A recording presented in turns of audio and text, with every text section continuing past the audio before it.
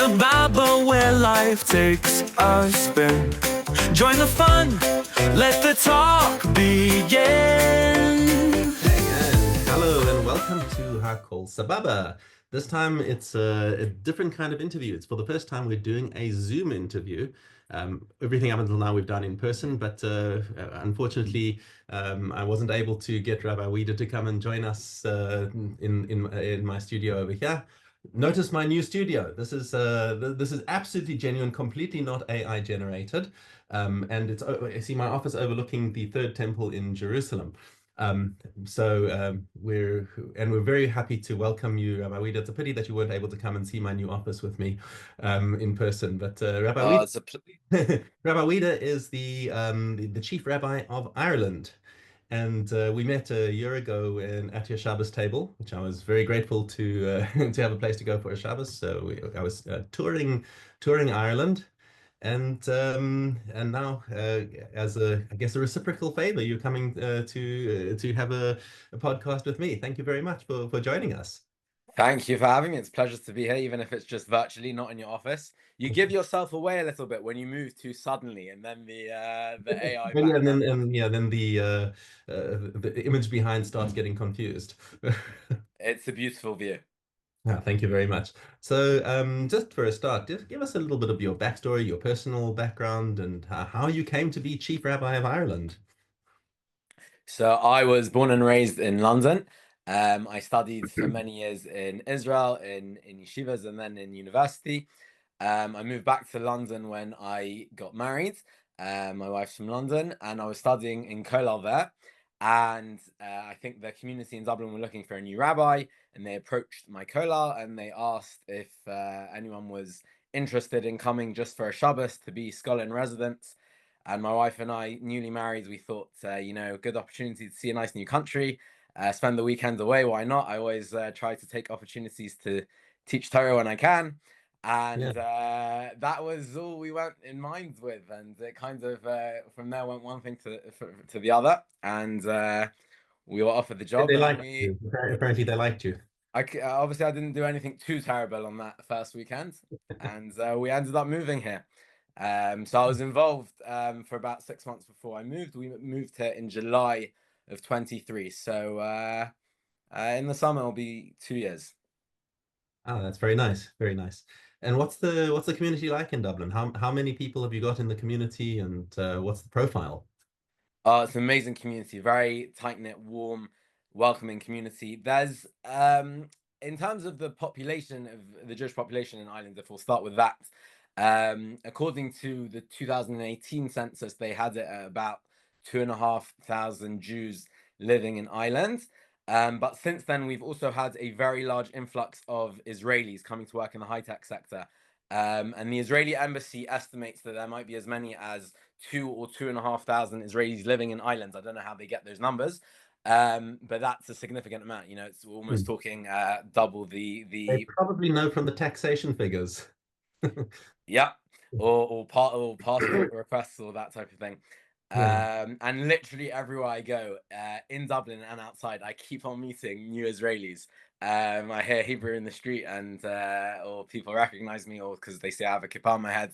It's unbelievable. They're everywhere, and that's really injected a lot of new life to the Irish Jewish community, because predominantly the Irish Jewish community is an aging community. A lot of people have children and grandchildren who've moved to larger Jewish communities, London, Manchester, Israel, or elsewhere. And now it's amazing. We've got our shul is busy and vibrant. We've got kids running around, which was something that was missing for, a good few years. Of the Jewish primary school, I would say of the Jewish kids in the primary school, about maybe as much as 90% are Israeli at the moment. So it's amazing. It creates challenges, of course, how to make sure everyone feels welcome, and Israeli kids are going to be speaking Hebrew in the playgrounds and in the classroom, and wanting to make sure that no one feels left out because of that. Hey there, this is Shal Bear. I'm your host on Hakol Sababa. I hope you're enjoying our content, and if you'd like to see more content like this and better content, maybe you can do me a favor. If you're on YouTube, please can you just go and click that subscribe button, and if you're on Spotify, click the follow button under my podcast. The more people that I've got following and subscribing to my channel, the more the algorithm wants to promote my content and show it to more people, and success breeds success. It snowballs. Also, when we're looking for guests to come onto the show, it's a lot more of an incentive for them to come on the show if we got, for example, 100,000 subscribers or something modest like that. So if you can just do me a solid, it'll take you a second and it'll cost you nothing. Just go and click subscribe, follow, whatever it is, and I hope you enjoy the rest of the show. Right, and I mean, what I saw, and you can confirm this for me or not, but it seems like the native Irish are generally an aging lot, and there aren't many younger generation Irish Jews. As you say, they've moved on to greener pastures, and it's sort of a replacement, a great replacement happening of the native Irish Jews with the Israeli expats.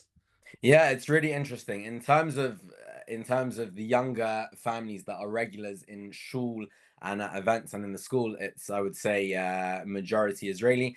But I'm so proud, honestly, of how well Israeli families have integrated with the established community, and how well the established community has welcomed with open arms newcomers. Because, you know, sometimes it's not always easy. We have our way of doing things, and people have their traditions, and Israeli culture is very different. And you know, just thinking about the decorum in shul, you know, it's two completely different types of attitudes. So to see them merging and working with each other so well is really, really amazing.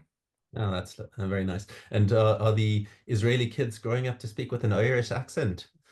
Yeah, for sure. The ones that go to Irish, you know, if they're in Irish schools and they're around Irish kids, definitely. A lot of Israelis are not so interested in being part, to a great extent, of the Jewish community there. You know, they specifically want to send their kids to Irish schools, you know, to prestigious schools in the city center. So there's a whole range.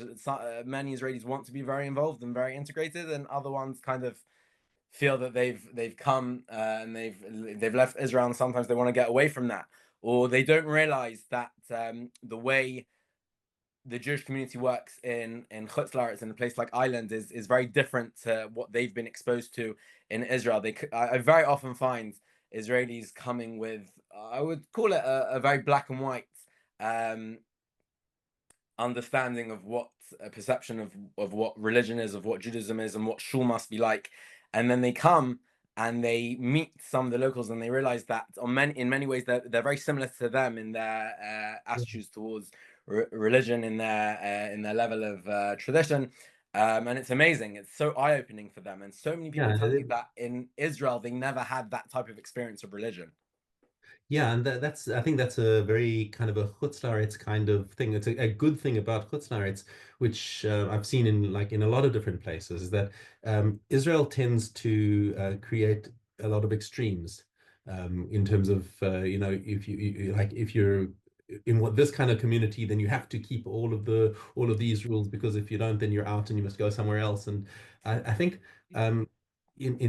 in communities in Chutz La'aretz, people have had to find some sort of modus operandi where lots of different people can form one community, which is actually a really healthy thing. That's exactly what's happened in our community. We have a Haredi family that live here, so they obviously daven with us, and we've got, you know, your classic Dati Leumi Shtachim types, and then you've got your Irish families that have been living here for 6-7 generations, and so Irish. And then you've got all different types, and everyone coming together. It is a shame that in Israel, at least it appears like that, as you say, that it's more extremes. You have all the range of types and people and thinkers in Israel. You know, there's way more nuanced Jewish thinkers in Israel than anywhere else, just because Israel's a place where everyone's thinking. But there is this perception, definitely amongst the secular Jews that I've encountered here, that when they're in Israel, they perceive it as very black and white, and it turns them off being more affiliated to religion, which is a shame.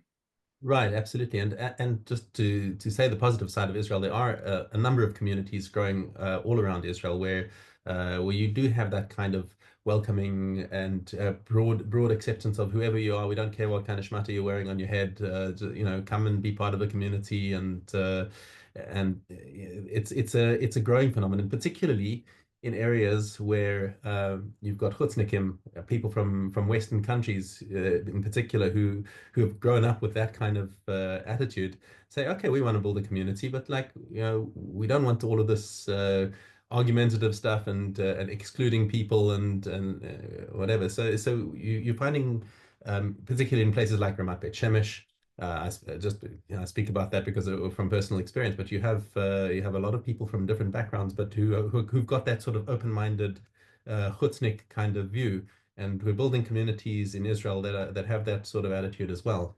Yeah. And is that like, how can that become more well known to Israelis who might otherwise be put off by religion because all they see is the more extreme versions, because that's what grabs the headlines, and you know, they don't even know it exists. I'm telling people the whole time, I promise you these rabbis are very similar in Israel as well. You just need to find them.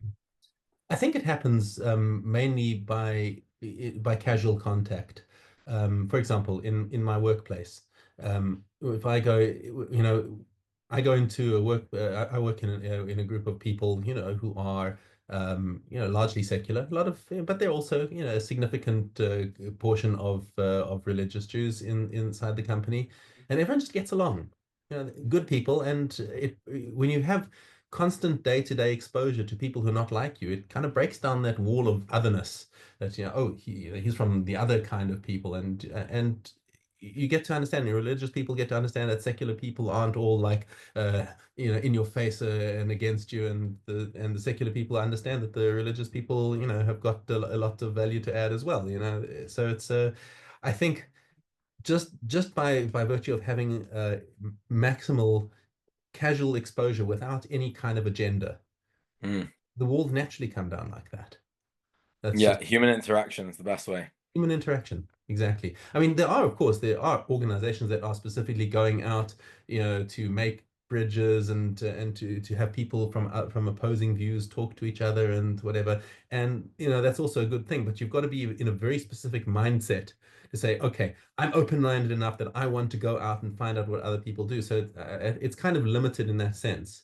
You just like, what's another like really good initiative is, for example, a friend of mine who was on the podcast, one of my earlier podcasts, has works for an organization called Tribe Tel Aviv, and all that they do is they go into Tel Aviv and help typically single olim to integrate into society, help them find jobs, help them network, help them whatever, and also, you know, if they're interested, to invite them for a Shabbos. But they're not going out there to say, you know, come to me for Shabbos. The primary focus is just helping the new olim to integrate and find their way into society, and just by virtue of that constant exposure and seeing, oh, these are guys who are wearing kippot who are coming and helping me. Maybe the kippot guys aren't such bad guys as I thought. You know, it's that itself is it's soft kiruv, which is, you know, a lot more effective, I think, than like going out and Bible punching. Right. Yeah. Yeah. So we were speaking about integration, and you've got a lot of Israelis in your community, and of course the question on everyone's mind over here is Ireland is in the news for all the wrong reasons, and there's a perception, particularly in Israel, that Ireland is like deeply anti-Israel, anti-Semitic, and you know, you should cross that off your list of destinations because the Irish will beat you up because they see a kippah on your head or something like that. And let's hear the real story of what's going on over there. That is a question that I get asked so much, and there's been so much interest from Israeli journalists and from Jewish media outlets around the world in Ireland. You know, everyone asking, what has Ireland got against Israel? Why is Ireland so anti-Israel? How's that affecting the Jewish community? It is hard to understate the extent to which Israel features in the public discourse in Ireland. From day one, when Israeli troops first went into Gaza after October 7th. That wasn't day one. The Israeli forces didn't go into Gaza on day one. I'm saying, so from day one, after when they went in, So there was nothing from October 7th, only when Israel responded. Well, I'll talk about the immediate response to October 7th in a minute. But from when the ground incursion started, I would say on a nearly daily basis, Israel has been demonized here. You hear it mostly from politicians and in mainstream media, but really it's all the vocal parts of Irish society, anyone with influence, NGOs, academia, celebrities in the arts, sports teams and music, it's very loud. And the problem for me is not so much criticism of Israel, but the way the whole war is being portrayed. Routinely, Israel is portrayed as targeting civilians and children. No mention is made of the lengths that the IDF goes to protect innocent civilians. For the most part, it's taken as a given that Israel is committing war crimes. Ireland has joined the ICJ case against Israel, accusing Israel of genocide. Political leaders speak about what Israel's doing as collective punishment on the people of Gaza. They see it as Israel taking revenge on the people of Palestine and not a war to get rid of Hamas. And that's really the crux of the issue. Back in November of last year, it was Remembrance Sunday, and a minister for the Church of Ireland was giving the memorial sermon, which political leaders would have been at and reported in the press. And he spoke about the war, and he spoke about Israel, and he said Israel sees itself as the master race, and that's why they murder people indiscriminately. That's why they kill people indiscriminately. Wow, I feel like we're going back to the Middle Ages here. But that's the type of rhetoric, and and again, no apology, and the Church of Ireland didn't distance themselves from it, and that type of thing is normal. And this is, for me, is the crux of the issue.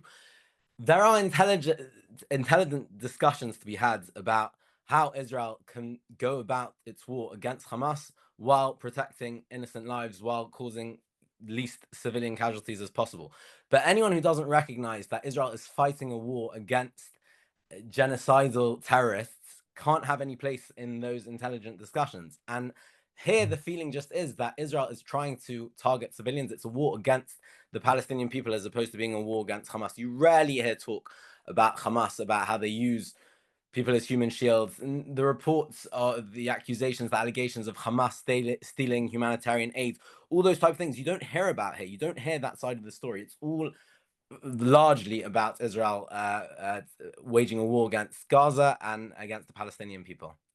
And if you enter into a sensible discussion with somebody, with a reasonable Irishman, and say, look, what do you think is acceptable for Israel to do post October 7th? Can you get a coherent answer?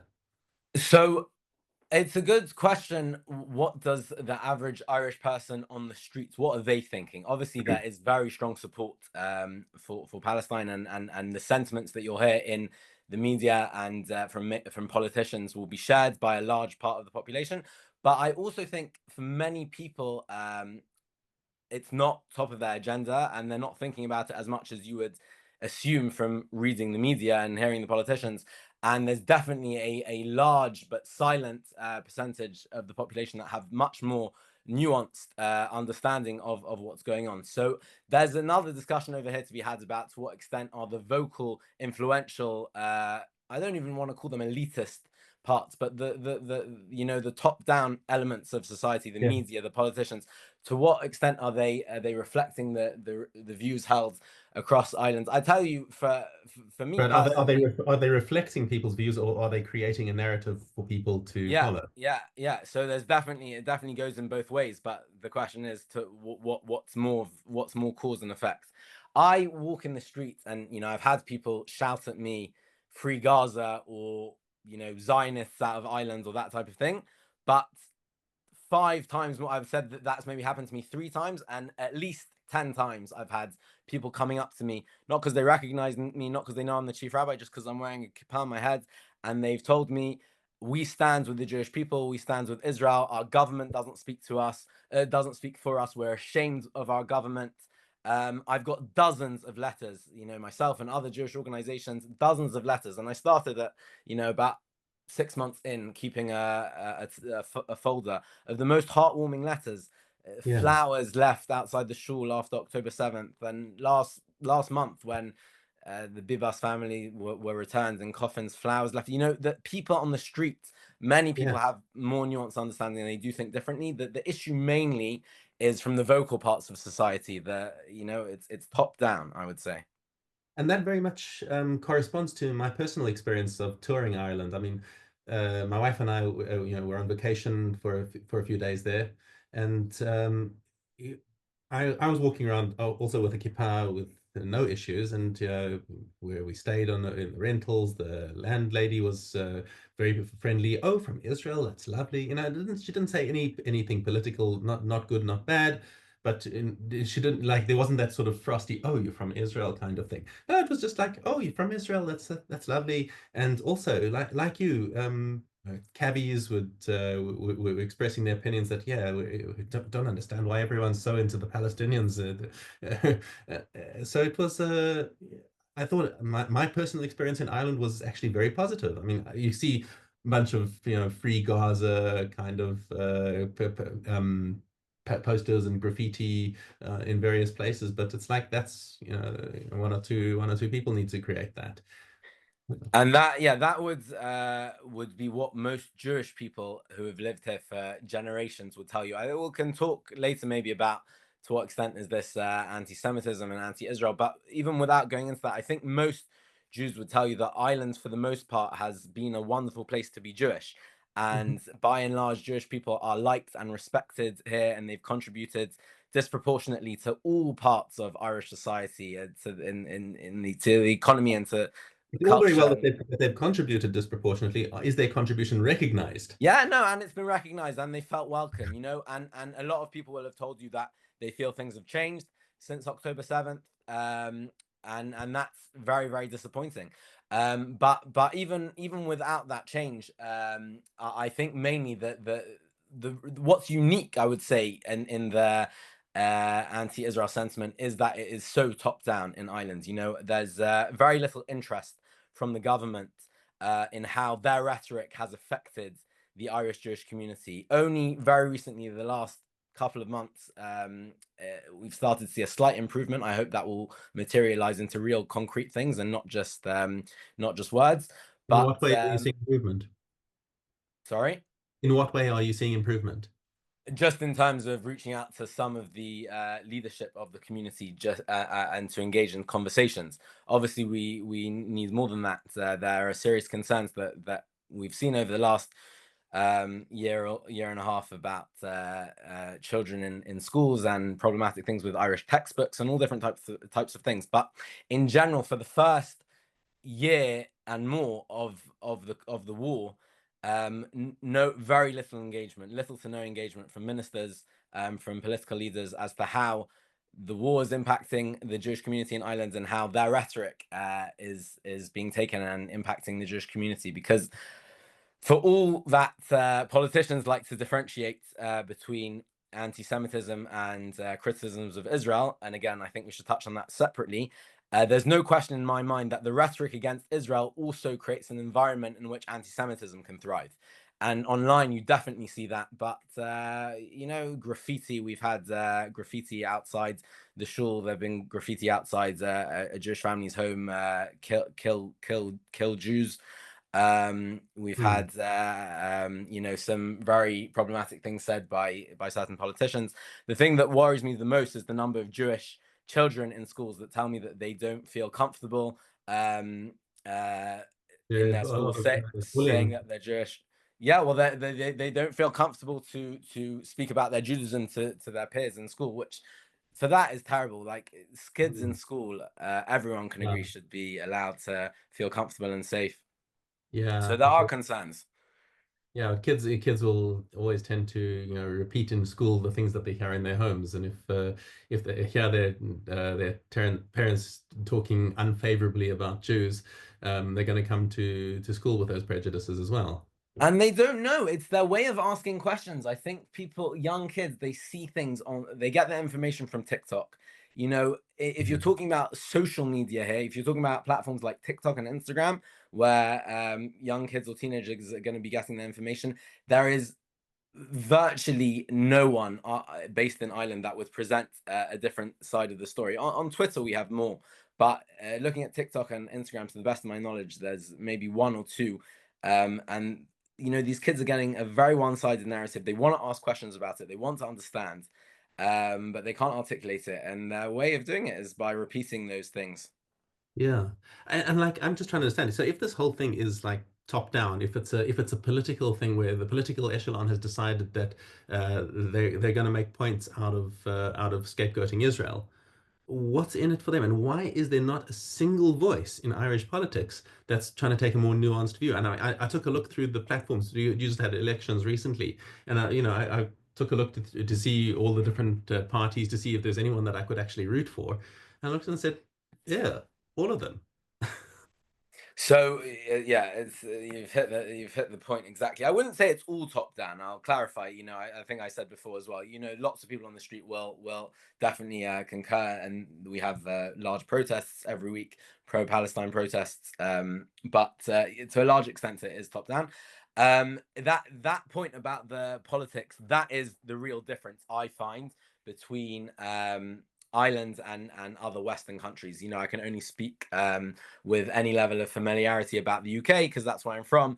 But in the media and in politics, well, I'll leave the British politics aside because I think it is a lot more nuanced there. But in the media, you'll definitely have media outlets in the UK that exhibit all the same biases that the media outlets here do. The difference is that that's one side of the story in the UK. Right. You also have the other side that presents a very different picture, and that breadth of political opinion and of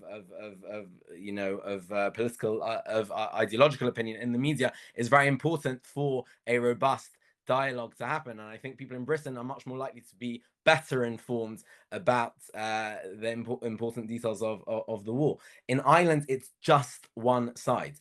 That visual of that you mentioned, like looking at the platforms when we had general elections last year here in Ireland, and that one outlet published like a table of all the major political issues and where the 8 major political parties stand. And the one thing that was symmetrical the whole way down was that all parties were in favor of sanctioning Israel, of bringing the case at the ICJ for genocide. It's the one thing everyone agrees on. In the media, again, very much an echo chamber, very much the same views going around and around with very little counterpoints, counter narrative. What is special about Ireland that there's no nuance? So yeah, so it's a good question, and there's lots of different explanations. I would say before speaking specifically about Israel, that I find the Irish media in general tends to be more narrow than, let's say, in Britain. Not just on the issue of Israel. I think there's less of a ideological political spectrum in the media on many topics, not just when it comes to Israel. But why is Ireland so pro-Palestine? So the most classic common explanation that people say is it's because of Ireland's own history. They identify strongly with the Palestinian cause. The Irish see their own history in the story of Palestine. So the British colonized the Irish. They fought to remove the occupiers.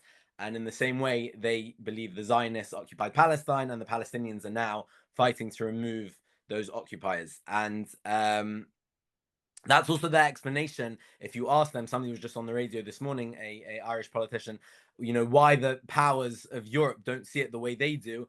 And she answered, because unlike the Irish, the European powers, they were the colonizers. They don't know what it's like. We were the colonized. We have a very different perspective. And you'll hear a lot of people saying that Ireland tends to side with the underdog, that a sense of victimhood and a sense of having been oppressed play a role in Irish identity. But of course, as always, you know, to just equate two different conflicts that are so different. You're thinking by analogy and say, oh, this reminds me of another thing that I'm thinking about, and therefore they're the same.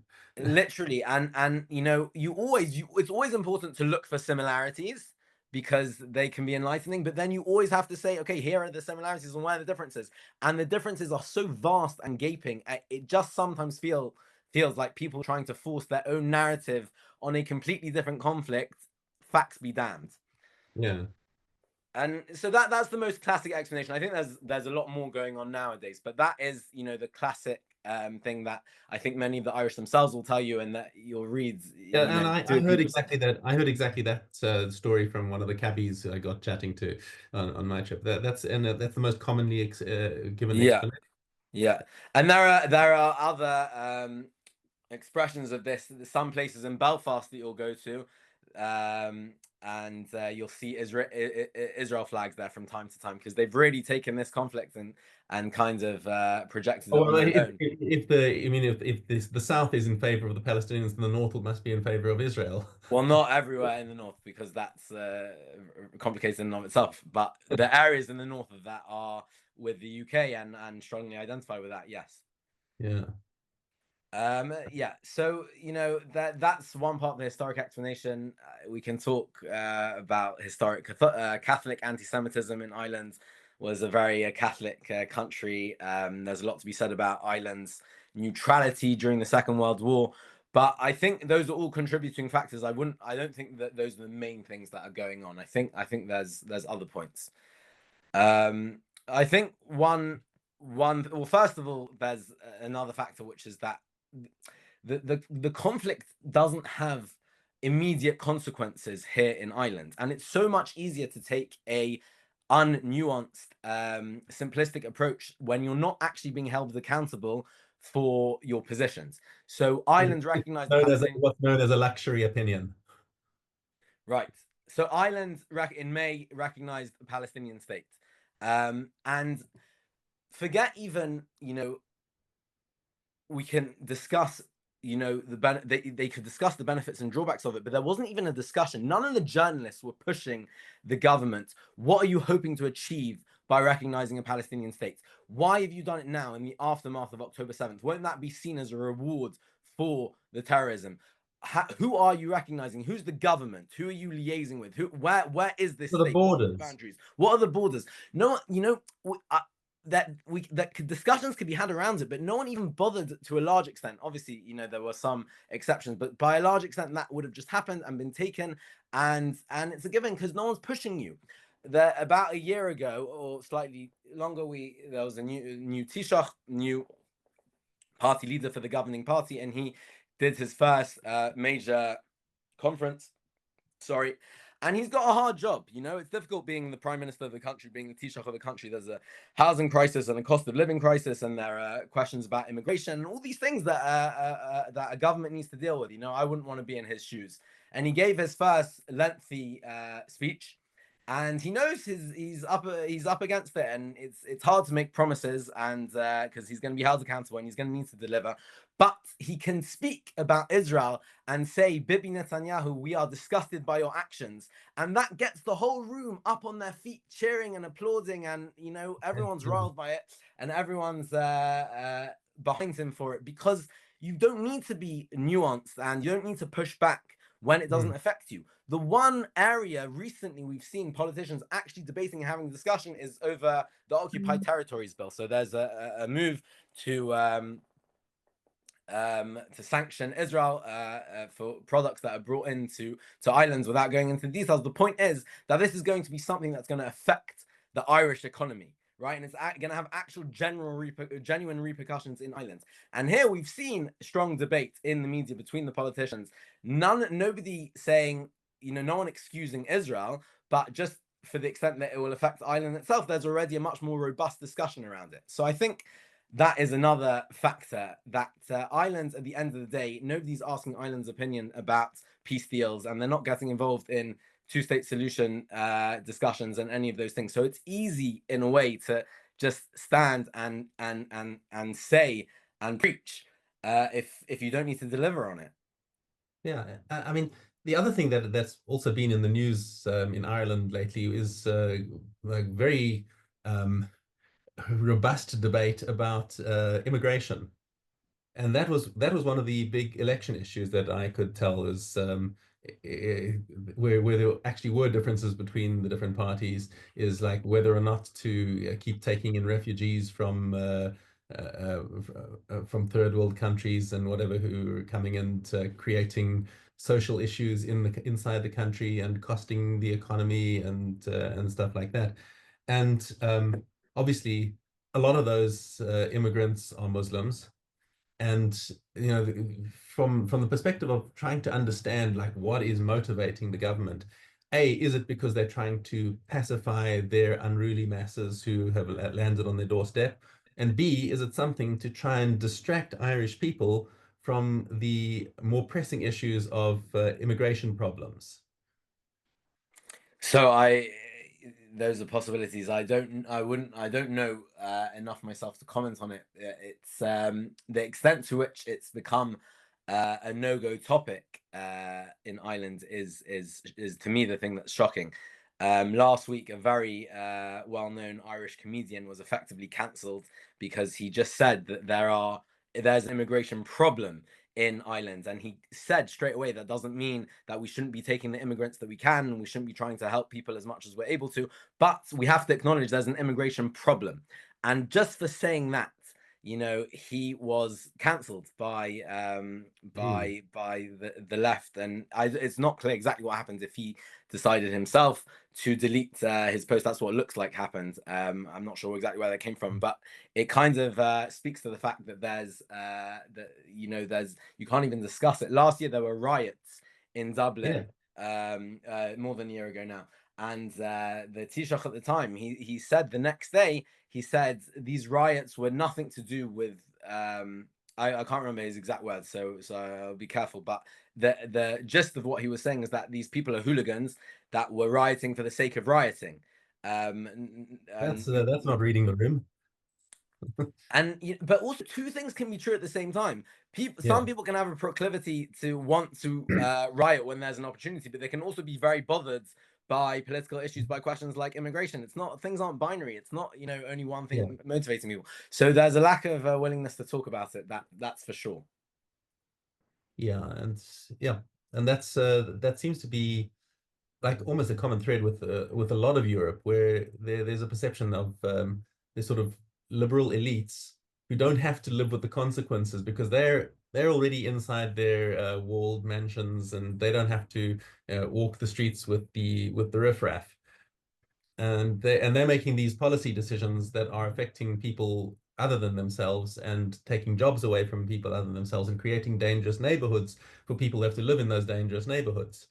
And I guess Ireland is kind of perhaps part of that general liberal elite issue.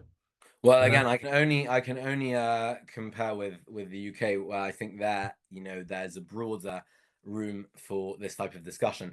But I think that point of the liberal elite touches on going back to the Israel point, I think is very relevant, because for me, really, the current fixation with criticizing Israel comes very much from in Ireland, stems from a progressive woke ideology. That's what I sense very much. It's even more than identifying with the Palestinian cause for the historic reasons. I think recently, and there was one very outspoken Irish pundit, writer, who wrote an article about this in The Spectator, and then he was obviously criticized, but he was on national radio. He did a very good job corroborating his points. Speaking about the Catholic Church was obviously very influential in Ireland until relatively recently, and the Catholic Church established a lot of it impacted on a lot of things, and of late that shifted, and Ireland very quickly has become, to use his phrase, the epicenter of woke. And it's almost like Ireland are trying to be more progressive in certain areas than other Western countries, and almost at a time where other Western countries kind of the bell curve has started to kind of go back in the other go back in the other direction. Seeing a big backlash already in America. And to a certain extent in the UK as well. And I think that's a central point over here too, because it's just that there is no discussion really, and you can't discuss. I found, at least, right and wrong. The discussion is all about number of casualties and who is suffering more, and people are taking sides not based on who's right and wrong, based on who's stronger. And that, by the way, is that actually, I think Charlie Kirk put that into sharp relief for me. He said that the difference between progressive / woke and conservative viewpoint is that conservatives tend to view issues in terms of right and wrong, where progressives and woke break people into categories of oppressed and oppressor.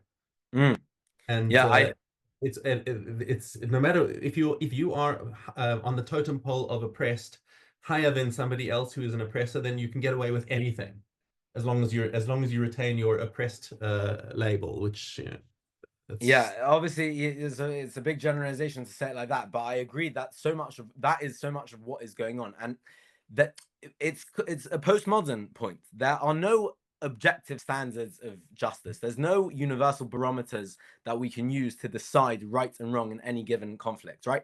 It's about narratives. Everyone has their narrative, right? And that's the way a postmodern view would look at it. And that means all that's left to decide about who do we side with is not right and wrong. There is no right and wrong. It's who do we feel more sorry for? Who tugs at our heartstrings more, right? So that I think where it's stemming from. I saw a very interesting thing. A spokesperson from the BBC said, I can't remember if it was in the context of the war now since October 7th or previously in Israel Gaza, but the point that she was making was that obviously both sides complain that the BBC is biased against their side, but specifically the point is that they don't portray their suffering enough. They don't show enough pictures of, Palestinians would say they don't show enough pictures of Palestinians under the rubble in Gaza, and Israelis would say they don't show enough pictures of Israelis that have been killed and bombed and shot and fleeing into bomb shelters, because people understand that if you want to win in the court of public opinion, where it's all about who do we feel more sorry for, then you want to be portrayed as weak as possible. And I think that's so much of what is going on here in Ireland as well. I'm speaking to people, young students in universities who know nothing about the Middle East or about Zionism and about the history, and definitely, for them it's not an anti-Semitic issue. They'll say we can touch on that later, but I think this is really the crux of the issue. You can't talk about right and wrong. You can't talk about things that you would have spoken about when it came to wars in the 20th century, the Second World War, about ratios and about who started this and how much a country is meant to defend its own people at what cost to innocent victims of the other side. Those discussions can't be had because that's all to do with objective standards of morality. Instead, it's just about who do we feel more sorry for, who tugs at our heartstrings more. Yeah. So an interesting little development that's come about in the last few days is the candidacy of Conor McGregor. Now, he's an interesting character. He's a mixed martial arts fighter who's just like come out of the blue and is a very different voice in terms of the general narrative of what's in Ireland. Like all these things that are taboo for everyone else, Conor McGregor is getting up and saying, "I don't care. You can taboo me all you want. I'm going to keep saying what I'm saying, and I don't care if you try and cancel me."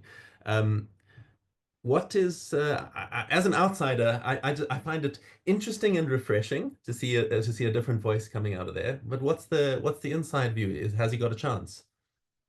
No, definitely not. And I think the feeling very much is that even people who are a bit fed up with the establishment and with the current political regime would not want somebody like Conor McGregor in office at all. But I agree. The point that I agree with is that he is the one that's been saying things that so many other people haven't been saying, and that is needed. There was a protest on the streets of Dublin a few weeks ago with Hamas and Hezbollah flags. And that I've seen pictures of that. It was reported that people were also chanting Hamas got it right, the world needs another October 7th, but that hasn't been verified. But we have the pictures of Hamas flags, a proscribed terrorist organization, and I didn't see any political leaders or TDs, maybe there were and I missed it, calling it out, but the person that was going around being retweeted as the person calling this out, we have terrorist flags on our streets in Dublin and the police aren't doing anything about it, was Conor McGregor. So if he's going to be the person that calls it out, then and even if he isn't successful politically, at least he's doing something to sort of nudge the Overton window in a direction where other people can also pick it up and say, hey, he's actually got a point. That's exactly the way I would say it. I think many people would be very disappointed that the political discourse has got to a place where Conor McGregor is the only person who's saying these type of things, or the best known person, more than any politician that's saying these type of things. And would be very disappointed with that, and would not want to see him in a position of political power, but would be happy about the fact that the Overton window is being shifted. Yeah. So with all this happening, let's get back to the Irish Jewish community. I mean, what's the feeling about the future of the Irish Jewish community? Well, so I always say it's the future, the long-term future of the Irish Jewish community depends on so many demographic things that are beyond anyone's control, that it's so much. As I said, we've had a strong influx now because of Jews moving from other countries, primarily Israelis, to work in the corporate sector, to work in the tech sector. Sorry. And that could change. Trump has been talking about increasing tariffs and decreasing taxes in America to bring back some of these multinational corporations to America. That could make a big difference. The long term, we don't know. But what I think is important is that our community, as a community, remains able to adapt and to see where the demographics go, and to adapt accordingly. The way we've integrated Israeli families into the community has injected a new lease of life into the community, and that's been amazing. And the future is now. The medium term, we've got great prospects. There's been a renaissance in Jewish life in the 2 years that I've seen. We get a shul on Shabbos morning is amazing. This year, Rosh Hashanah, I think there were minyanim. It's not just Dublin. This year, Rosh Hashanah, I'm led to understand that there were minyanim in 4 or 5 other places around Ireland. School is doing very well. Adult education. There's been an uptake in when it comes to events. There's so many positive things going on, and like I said, not just in Dublin, but also small, very very small communities popping up around Ireland as well. So what other cities have got Jewish communities?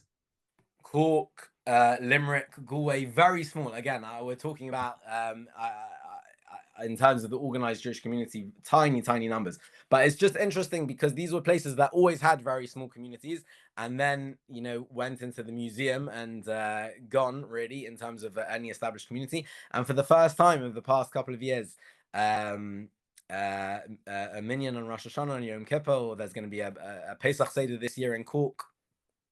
Wow, that's very cool. Going back in history a little bit, I mean, what is the history of Jewish settlement in Ireland? How long has there been a Jewish community there? So from the 17th century, when Jews were allowed to re-enter England and Ireland after they'd been expelled centuries earlier, there were Jews moving to Ireland, mainly Ashkenazi Jews from Central Europe. We don't know so much about them. They settled mainly on the north side of Dublin. Dublin is split by the River Liffey that runs throughout the city.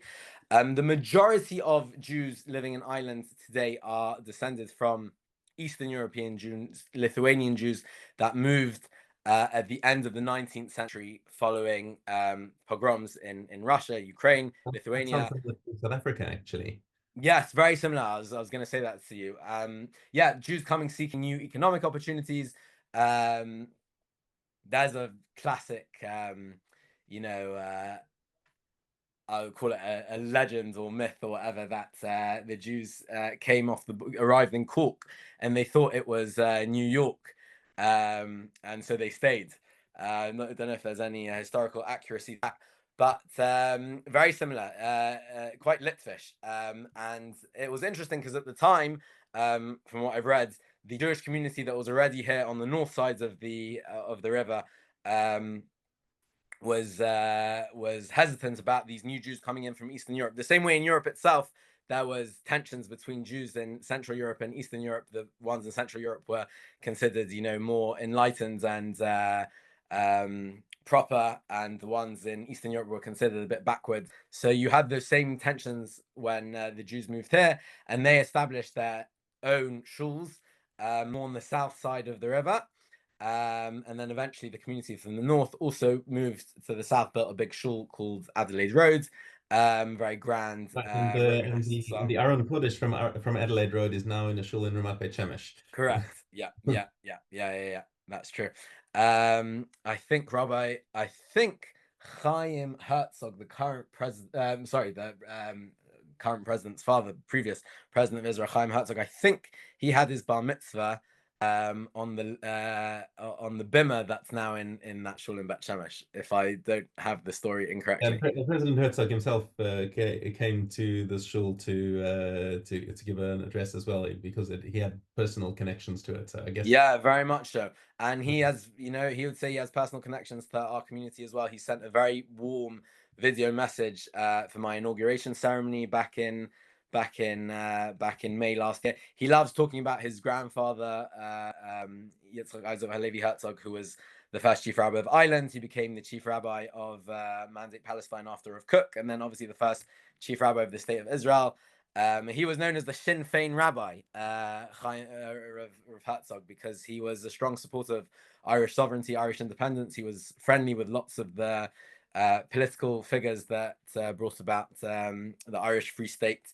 So that's a good example, actually, because that's a name that means so much to the Irish Jewish community, the Herzog name. There's a park just up the road from the shul called Herzog Park, named after Chaim Herzog, who, like I said, had his bar mitzvah in one of our shuls.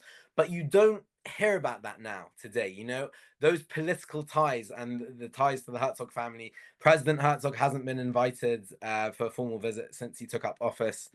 He hasn't been invited to Ireland. I don't think that's going to change in the current climate. No, there's a whole move now to rename Herzog Park, because really a movement to get rid of anything that has anything to do with Zionism. They want to get rid of root and branch. So, the Herzog name itself is kind of a good indicator of Jewish history, and also how it's changing now, unfortunately. And what positive ways would there be to somehow mend relationships between at least between the Irish establishment? I mean, obviously with people, we spoke about, interaction on a casual basis breaks down the walls, but when it comes to politicians, they're generally sort of more motivated by what's gonna get them more power, what's gonna keep them in power. How is there a path forward for fixing the relationship between Israel and Ireland, but between the Jews and Ireland? What is the path forward? Well, on a political level, people were looking a lot last couple of weeks ago. Michal Martin, the current Taoiseach, was in the Oval Office meeting President Trump, and it was very noticed that the way he spoke about the war in front of President Trump was very different to the way he's been speaking back here in Ireland. He spoke all about the hostages. He spoke about his visit to Kibbutz Be'eri after. Yeah, but he was called out by the opposition, by the left wing political parties, for being two-faced and for not speaking up for what Ireland actually believes in, and they believe he should have made Gaza the hill to die on, and to say to Trump that his plans for Gaza are terrible and shocking, and double standards almost, and he was called out for that. So I think there's been recently more of a realization in Ireland that America has started taking notice of how hostile Ireland has been to Israel. Israel decided to close its embassy back in December, I think it was, due to what they called Ireland's extreme anti-Israel policies. And I think that was noted around the world, and it really, for the first time, made people started asking questions. And then people in Ireland started asking, you know, to what extent is this going to cost us with our relationship with America? And so that's on a political level. But I totally agree with you. I think the only real way, definitely for the Irish people, is that human interaction. When the embassy closed, I'll tell you an anecdote. I was out just the next week. I was out for a drink with somebody who works as a member of staff in the embassy, who's obviously, you know, lost his job now and needs to find a new job. And an Israeli member of staff that works in the embassy as well was with us as well. And somebody came up to us in the pub and gave this Israeli member of staff a big hug. And he said, I just heard about the news that you're closing and that you're going to be moving back. I'm so sorry. Like, it was so great to meet you. It turns out that through the course of working for the embassy with, I don't even know in what area, but they'd crossed paths and they were chatted and, you know, didn't stay friends. But that human interaction was the first time that this guy had met an Israeli, had spoken to him and seen, you know, how warm and, you know, just normal people who want normal lives, who don't want their sons to be going to the army and risking their lives, and, you know, also don't want this war. And, you know, it was the first time that he'd really seen that.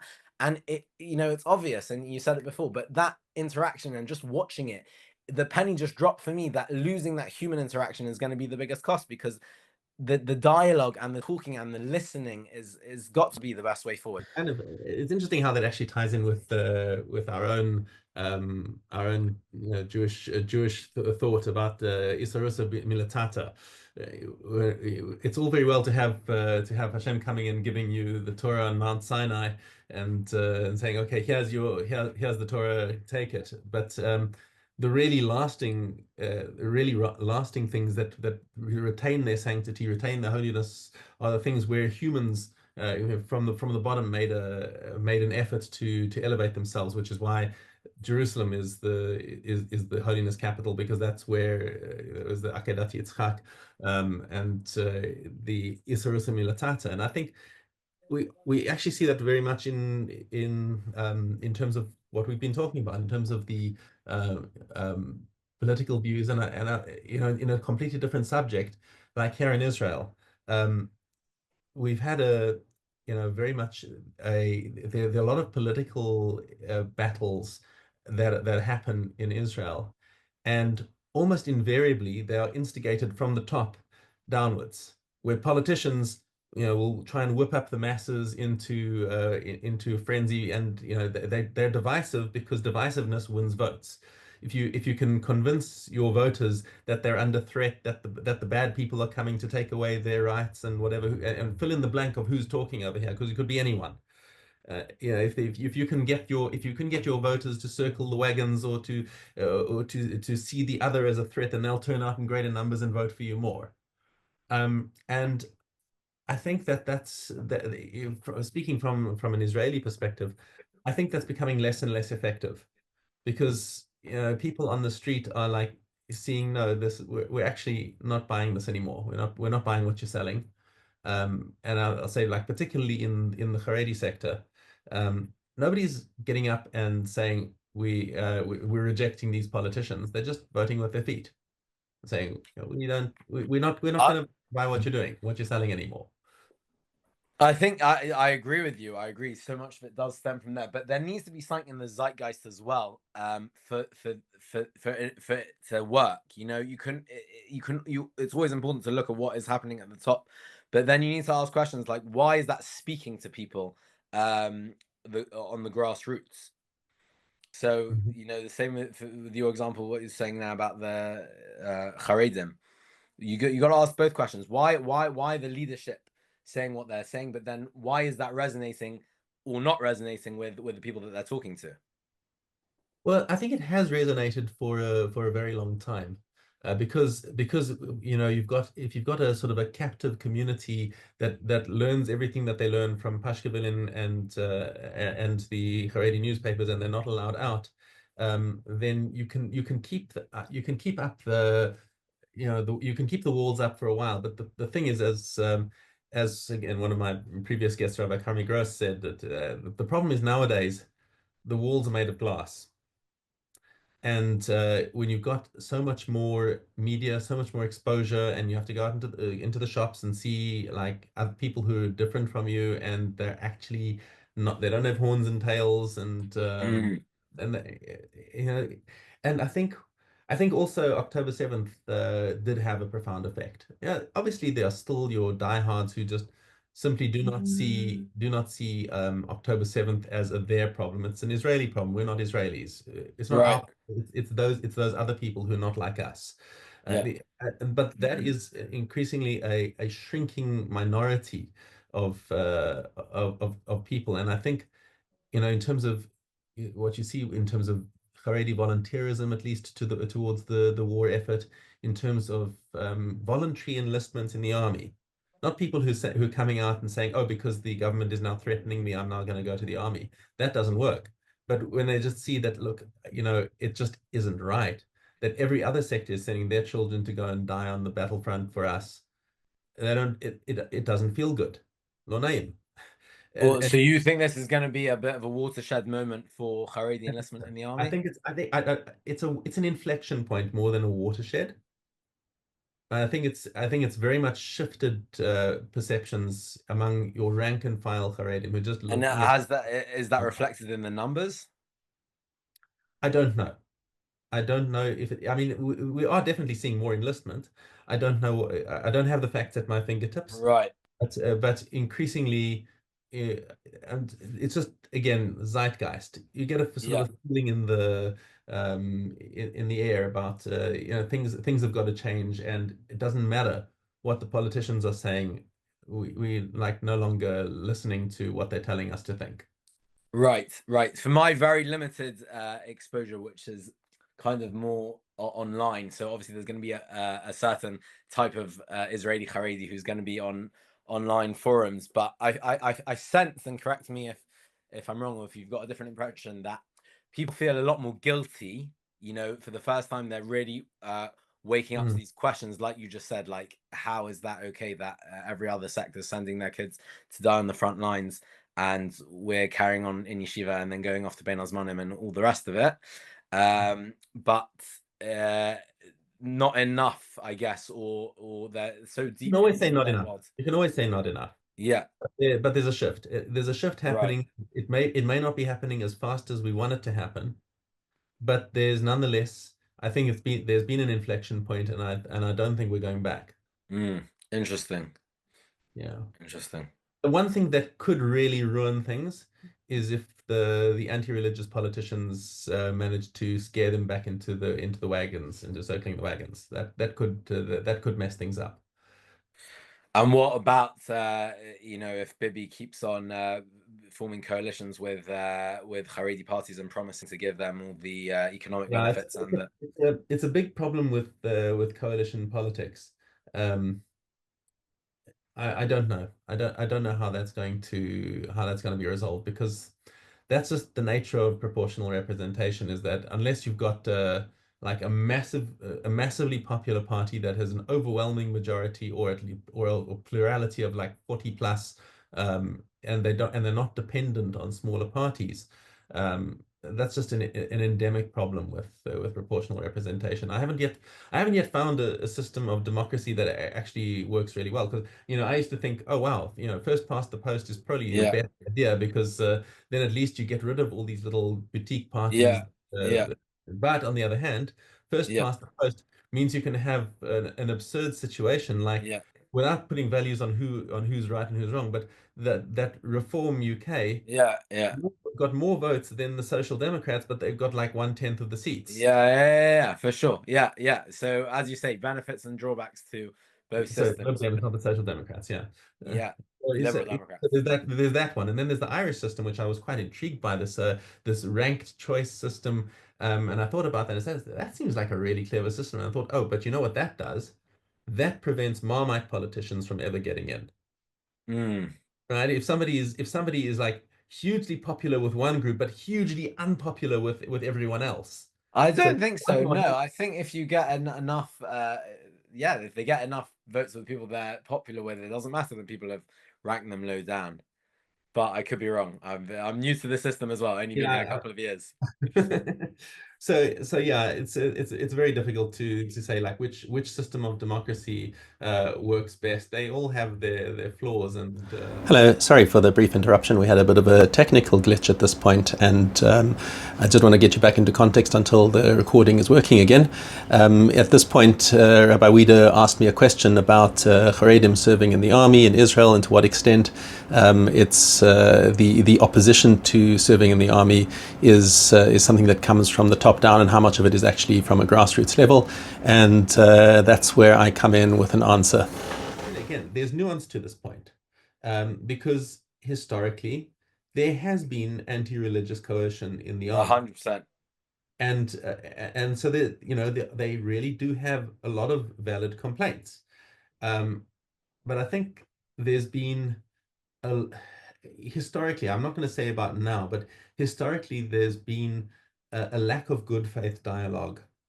If they'd wanted to, 10, 20 years ago, they could have sat down and said, listen, the system, this isn't working, right? The tour that Ben Gurion gave back in the founding of the state was meant for like 10,000 people, not for like 1 million people.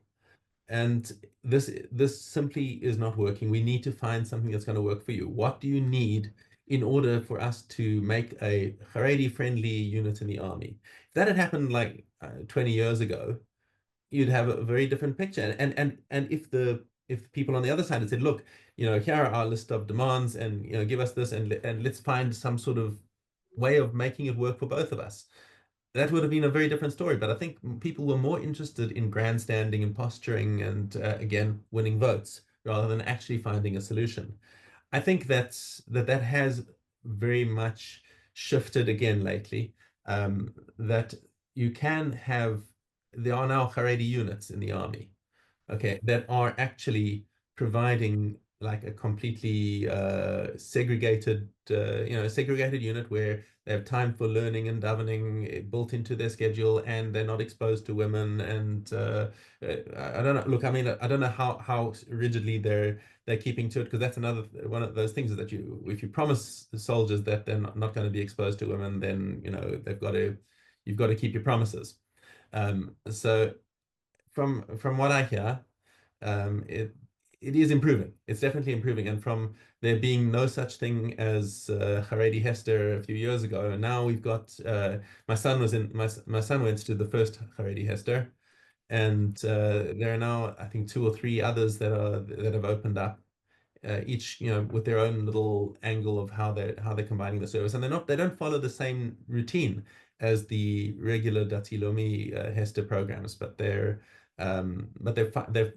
looking for a framework that will enable young Haredi men to join the army with a clear conscience.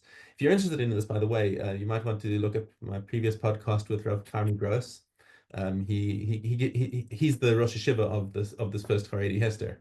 Yeah, I was in yeshiva with one of his sons. So okay, so you don't know. I'll actually ask you one question on that. To what extent do you think the Haredi, because this intrigues me a lot, to what extent do you think the opposition against Haredim enlisting is really coming from a place of a belief that Torah protects, and that's the most important thing in waging the war? And to what do you think it's much more from a fear of and a true valid fear of breaking down? I don't think. Look, who am I to get inside their heads? I'm not a great mind reader, but I'm just like judging by actions. If you really believe that the Torah protects, then you take your yeshiva and you move them to Ashkelon. Yeah. Not away. They go in the other direction. Not the other direction.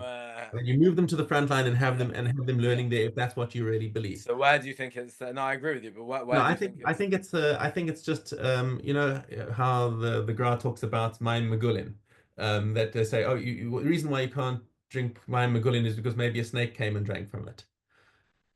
And that's nonsense. I mean, there's no snake coming and drinking from it, and if it dries, it doesn't inject its venom. And even if it injected its venom, the venom is only dangerous if you've got an ulcer and it gets into your bloodstream. But what the Gra says on this point is that this is it's just something to get the masses to obey something which Chazal have a Masorah is a spiritual danger. And if you just tell them, oh, it's a spiritual danger, they'll say, you know, a spiritual danger, I need a bit of water and whatever. So they made the fake reason to protect the real reason. And I think the real reason is they don't want integration. They don't want them to be influenced by the secular world around them, and leave the shtetl, so to speak. Back to the Irish community and you know what they're going to do. Like, how vocal can they be about standing up for Israel and for the rights of Jewish people in general? This is the conflict that I think about the whole time, and the community itself is thinking about a lot. I think, as with, you know, British Jewry, where I come from, there's a kind of like a tendency to want to lie low as much as possible and not be vocal, not just when it comes to Israel, just in general, like this sense of we're different and we have our different way of life, but don't make that stick out too much. And yeah, it's kind of a Jewish epigenetic memory, is like, just keep your head down and hope that they don't know.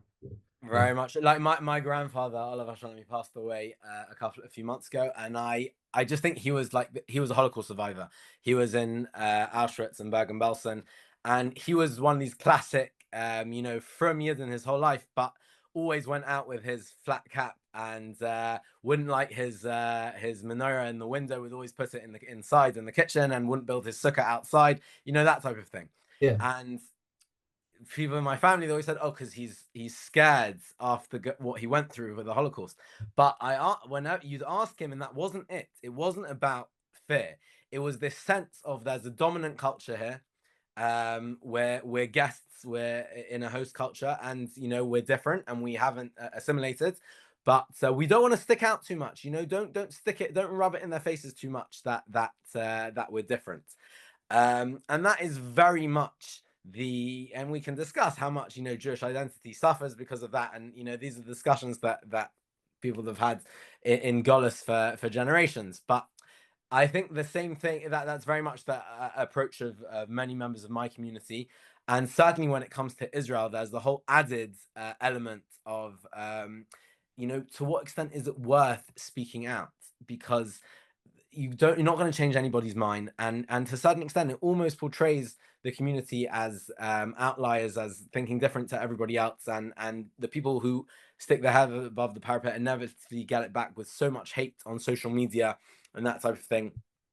I do believe in being vocal and being critical. I've been outspoken in the media to as much as I've thought I've been able to do. I probably should have done more, but just for the sake of the sort of Rabbi Goldstein model. Yeah, I've seen some of his videos. I'm not familiar at all really with South African climate. He's on fire. Yeah. But it's so complicated because you know, it's but the value in it for me is not really so much about trying to change people's minds, trying to change people's opinions, because, you know, that very rarely happens. It's first and foremost, I believe in speaking out for what I believe to be the truth for its own sake. I think that's a value in and of itself.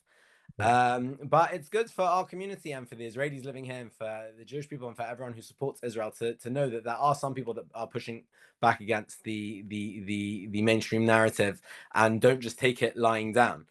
But it's the dilemma that, you know, that I really understand. And, you know, people are critical for speaking out too much and just, you know, what is there to gain from it? What can become of it? But as I said, I think that's like the quintessential dilemma, even long before Israel, that Jews have been thinking about in Golis.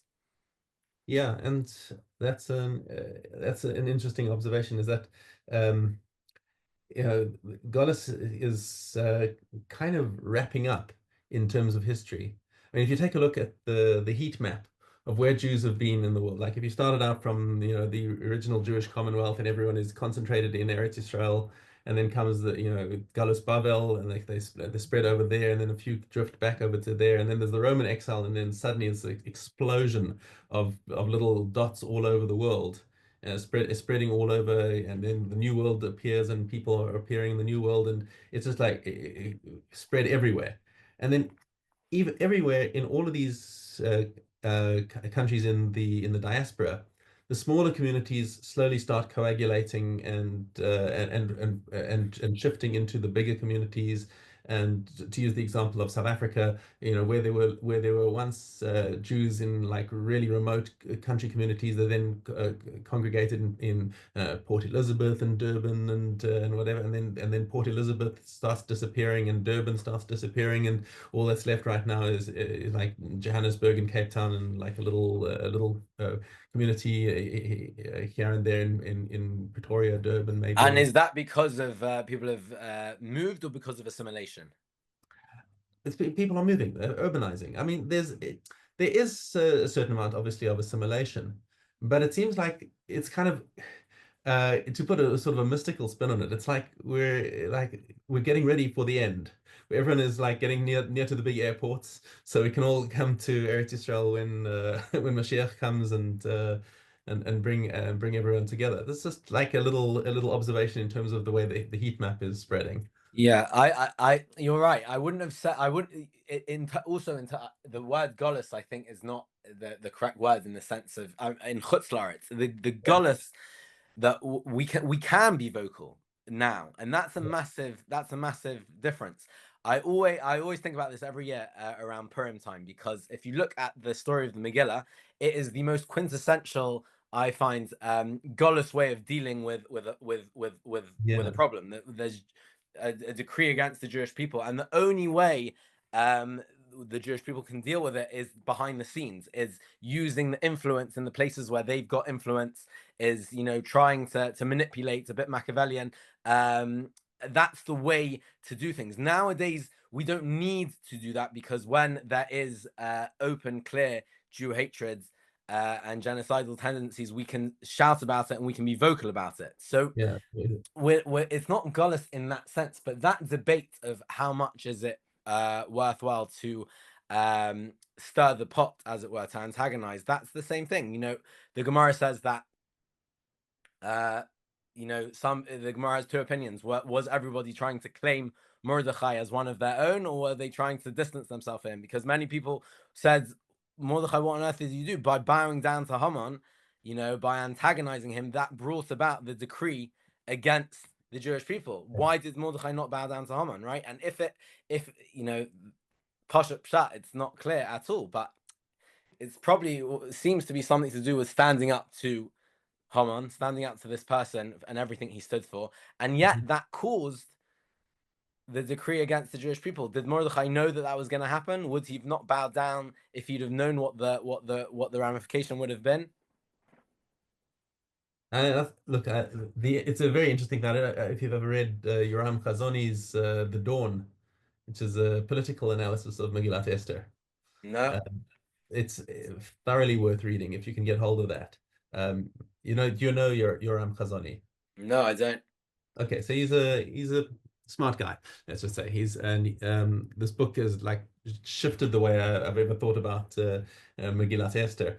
But yes, it's all about the political machinations, and he goes into the reasons why Mordechai could not bow to Haman, and he also goes through the fact that this is the first book of the Torah that there's no prophecy, there's no God talk to them, and they're completely on their own, and now they've got to work out what to do next. And so all of this political machination, but it's not just Esther sort of doing stuff behind the scenes. It's also Mordechai going out in the street and crying and shouting and shouting Gewalt about what's going on, and of course the fasting and the prayer. So there are all of those efforts, and I guess it all ties back even to Parshat Vayishlach. Yaakov coming and saying, okay, how do I deal with Esav? We've got to send gifts, we've got to prepare for war, and we've got to pray. Lots of different things that you got to do, and I think all of these approaches are needed. I guess although we started off with a question like, should you keep your head down? And I think as you said, we're past the point of keeping your head down. The anti-Semites are already out in the streets baying for blood, and I think many people realize that more and more, and just the fact that social media now. It's just not the same world. It's in your pockets. It's accessible to everyone. And I'm actually surprised the extent to which people, including the older generation, are recognizing that the times they are changing, and now is a time to start. You know, if before the approach was more to be silent about it, now it's more necessary to be outspoken and to be vocal. Yeah. Okay. All right. Well, I think this is as good a point as any to wrap up.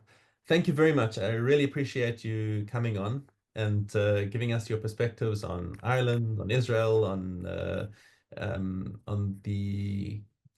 on a path forward, and how best to approach issues in the world of anti-Semitism, anti-Zionism, and Jewish life in the diaspora. The pleasure was all mine. Thank you very much. Hope to see you back here soon. Yeah.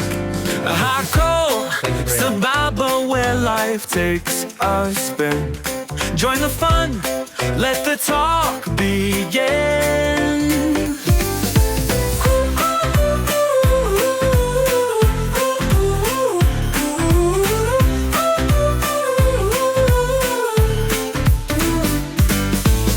Hakol Sababa, where life takes a spin. Join the fun, let the talk begin.